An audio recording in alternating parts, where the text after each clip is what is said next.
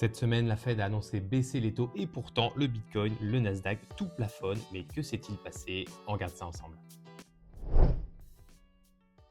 Et le Nasdaq, justement, parlons-en. Que s'est-il passé cette semaine? Eh bien, pas grand-chose. Il a été rejeté. Voilà, on a eu la formation, paf, la confirmation de l'existence d'une résistance au niveau des 25 800 points, ce qui fait à nouveau, regardez, une belle oblique descendante qui va faire office de résistance.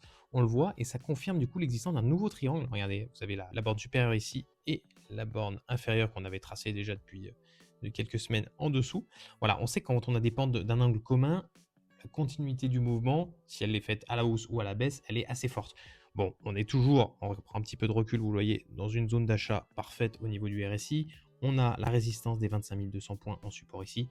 Le scénario, mon scénario personnellement le plus probable, c'est que le cours revienne consolider juste ici au niveau du support. Ça ferait un très bon point d'achat. Le meilleur point d'achat, évidemment, ça serait celui-ci. Parce que regardez, tout en bas, vous avez hop, le croisement de l'oblique haussière et du gros support des 24 200 points, donc en plus chiffre rond, sur lequel on a déjà rebondi, on en a parlé pas mal de fois les dernières semaines, plusieurs fois. Et voilà, après, si vraiment on a une sortie par le bas de la bande basse du triangle isocèle, là, il faudra se reporter peut-être sur des supports hebdomadaires plus consistants pour freiner la baisse.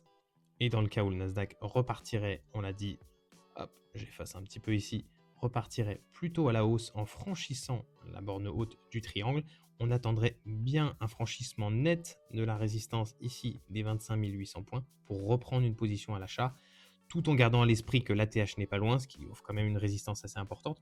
Néanmoins, on a la poussée à côté, on va le voir, du S&P 500. Donc, le scénario que je privilégie, c'est la continuité de la hausse sur le Nasdaq. Cette hausse d'ailleurs, elle est toujours bien visible à l'échelle hebdomadaire. Vous voyez, on est toujours plutôt loin, encore une fois, de la borne haute du canal qu'on avait tracé long terme mensuel ici. Et voilà, pour autant, on a bien vu que les bougies, on avait des belles bougies de franchissement à ce niveau. On est freiné par la TH, mais contrairement au S&P 500, on le répète encore une fois, semaine après semaine, il reste un petit peu d'espace ici à combler. Ça pourrait faire effet aimant et attirer à nouveau le Nasdaq à la hausse, d'autant plus qu'on est dans une zone d'achat raisonnable, tout comme on est à l'échelle journalière. On peut tout à fait envisager la continuité de la hausse pour le Nasdaq à ce niveau-là. Je fais l'impasse sur l'échelle mensuelle, on est le 12 décembre, voilà, le mois est loin d'être fini, on a une petite bougie d'hésitation, mais on n'est pas prêt encore de la clôturer, de pouvoir donner un avis définitif sur celle-ci. Et justement, on parlait du S&P 500. Le S&P 500, il a eu un comportement différent. Vous voyez, c'est l'inverse. C'est l'inverse. Il a cassé à la hausse sa résistance journalière qu'on avait dessinée au niveau des 6869 points. C'est ce qui, moi, personnellement, me donne envie de croire à la poursuite de la hausse sur les indices américains. Il est aussi au niveau du RSI en bas dans la zone haute. Et quand vous avez le S&P 500 qui est plus diversifié au niveau de sa composition que le Nasdaq, donc ça veut dire que vous avez l'effet positif des annonces économiques qui ruissellent un peu plus qu'au niveau des GAFAM, au niveau du Nasdaq qui lui est très concentré avec ses super sociétés. Donc voilà, c'est toute la côte qui en profite. Ça veut dire que, entre guillemets, vous avez de nombreux secteurs qui montent, qu'il y a toutes les chances pour que la hausse se poursuive. Le problème du S&P 500, c'est qu'on est très près, mais vraiment très très près de la TH. Ça pourrait être un frein. Ça pourrait aussi l'entraîner à nouveau plus bas pour rebondir sur sa résistance, l'équivalence son support équivalent au Nasdaq, les 6760 points, et ensuite repartir à l'assaut à nouveau de l'ATH. À mon avis, on en parlera ensemble la semaine prochaine, mais ça va se faire très certainement cette semaine ou celle d'après. On prendra évidemment le temps de l'analyser sur la chaîne. En tout cas, le scénario de la cassure par le bas des 6760, lui, il me paraît un peu léger. Dans le cas où il y avait vraiment, on aurait vraiment une bougie excessivement baissière, qui viendrait à nouveau casser l'oblique montante qu'on avait, qui fait office du support ici en bleu. Hop, on pourrait prendre un achat ici sur les 6560 points. Ça me paraît être un bon point d'achat. Mais voilà, dans les semaines à venir, je vois plutôt le S&P 500 continuer à aller chercher la TH et rebondir plutôt vers les 6760 points ici. Ça me paraît davantage logique. Comme pour le Nasdaq, je fais l'impasse sur l'échelle mensuelle. On est mi-décembre, peu de choses encore qui ont bougé. On pourrait regarder, par contre, on le voit, contrairement au Nasdaq, on a un beau mouvement là qui continue à l'échelle hebdomadaire. On reste toutefois assez loin encore de l'oblique haussière en hebdomadaire ici, qui ferait office de résistance vers les 7200 points en plus chiffre rond, ça serait plutôt pas mal. On est toutefois toujours sur la borne haute du mois. Ça peut quand même faire un effet de frein important. pense qu'on va quand même aller chercher un peu plus haut. On n'est pas tout à fait en surchauffe au niveau RSI, au niveau des 66. Et c'est cette montée-là qui pourrait entraîner le Nasdaq à sa suite pour, à son tour, lui de son côté, également toucher sa borne haute au niveau du canal mensuel. Le Bitcoin. Alors le Bitcoin, on s'est bien marré cette semaine. On s'est bien marré parce qu'on a eu cru à un breakout. Vous voyez, enfin, on sortait de ce canal baissier là qui dure depuis des mois et des mois. Et finalement, voilà, on s'est contenté d'aller chercher la résistance qu'on avait déjà formée ici aux 94 150 points. Vous voyez que là, ici, on a une suite de bougies d'hésitation. Ça sent plutôt la réintégration violente.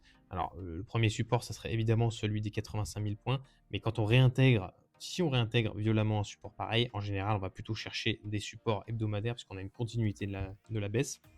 On prendra le temps de voir évidemment ça la semaine prochaine. Ça va se trancher, à mon avis, soit ce vendredi, soit en début de semaine prochaine.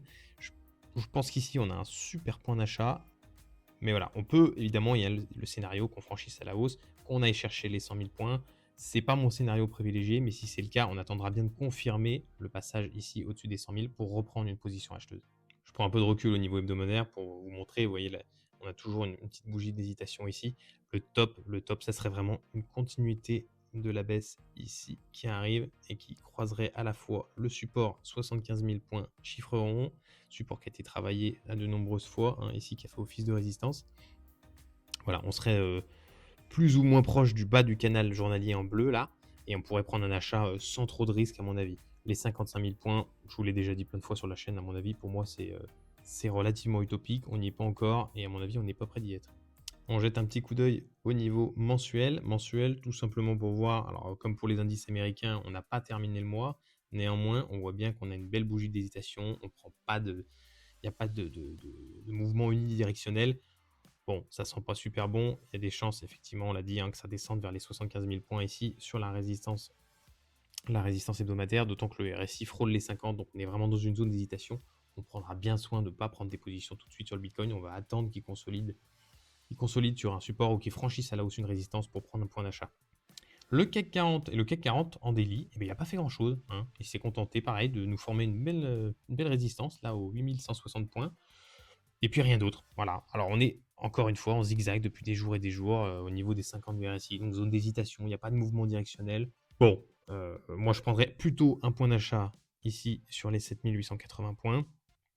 Surtout si on a une petite bougie excessive. Les résistances, les supports ici en daily 7825 et ici 7761 points. Pour moi, c'est de l'ordre de l'anecdotique. Le plus intéressant, c'est celui-là, 6600, entre 7680 et 7640. Ça me paraît plus intéressant. Et pour reprendre un point d'achat, si jamais on avait le scénario à l'inverse, que ça, on repartait à la hausse, on ferait attention parce qu'il y a quand même un écart très faible ici entre l'ATH, on a une grosse zone en haut si vous avez l'ATH, et c'est aussi une résistance hebdomadaire. Je vous remets le graphique ici en hebdomadaire, on voit bien, on a toujours, voilà, ces touchettes, elles durent quand même depuis début 2024, elle ne va pas être franchie si facilement à mon avis. On prendra bien soin d'attendre que le CAC 40 la franchisse à nouveau, hop, revienne potentiellement se poser dessus pour prendre à nouveau un point d'achat. Pour l'instant, voilà, stand-by, il ne se passe pas grand-chose. On est trop proche des 50, mais on voit bien la contraction ici aussi à l'échelle hebdomadaire. C'est beaucoup trop tôt pour prendre une position. Je termine juste à l'échelle mensuelle, au niveau du CAC 40 toujours. Juste pour voir, on a une belle bougie, vous voyez, on la voit bien ici. Bon, il y a un petit peu de graffiti, je suis désolé, mais on voit, voilà, on a une bougie comme ça, les bougies d'indécision, tout ce qu'on aime. On est plutôt dans la zone basse du canal bleu mensuel, toujours, RSI bien placé, il y a quand même des chances qu'on reparte à la hausse, mais voilà, même à l'échelle mensuelle, on voit que c'est de l'indécision, on ne sait pas trop où on en est actuellement. On prend le temps, on regarde la semaine prochaine, on analyse ça sur la chaîne, et ensuite on prendra les décisions d'achat ou de vente qui s'imposent. Voilà, c'est terminé pour aujourd'hui. Si ça vous a plu, n'hésitez pas à vous abonner, à liker, ça me fait super plaisir. Je vous dis rendez-vous la semaine prochaine pour une nouvelle analyse. Passez un bon week-end. Ciao.